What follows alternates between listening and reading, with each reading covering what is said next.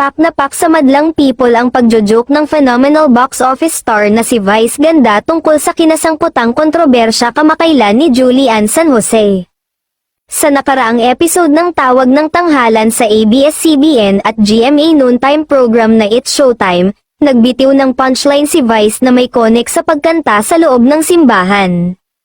Pinuri-puri ng TV host comedian ang contestant sa pagkanta nito ng You Are My Destiny ni Paul Anka. Para raw panglinggo talaga ang boses nito, ibig sabihin, pwedeng-pwede raw sa simbahan ang voice nito.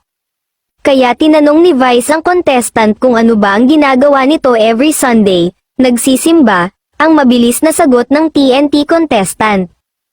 Anong kinakanta sa simbahan, sundot na tanong ni Vice, pero siya na rin ang sumagot, Dancing Queen. Joke lang, kayo naman, sinasakyan ko lang yung mga eksena nyo. Ang natatawa pang hirit ng TV host comedian. Kung matatandaan, naging malaking issue ang pagpe-perform ni Julian sa loob ng isang simbahan sa Occidental Mindoro, para sa isang benefit concert.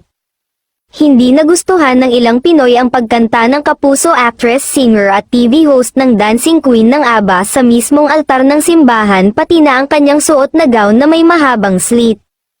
Hindi raw kasi appropriate yun sa lugar kung saan idinaos ang concert. Unang naglabas ng public apology ang GMA Sparkle Talent Management hinggil sa nangyari na sinundan ng official statement ng kura paroko ng simbahan. Nagsorry rin si Julian sa lahat ng na-offend sa naging performance niya sa loob ng simbahan kung saan sinabi niyang wala siyang intensyon na makasakit ng kanyang kapwa.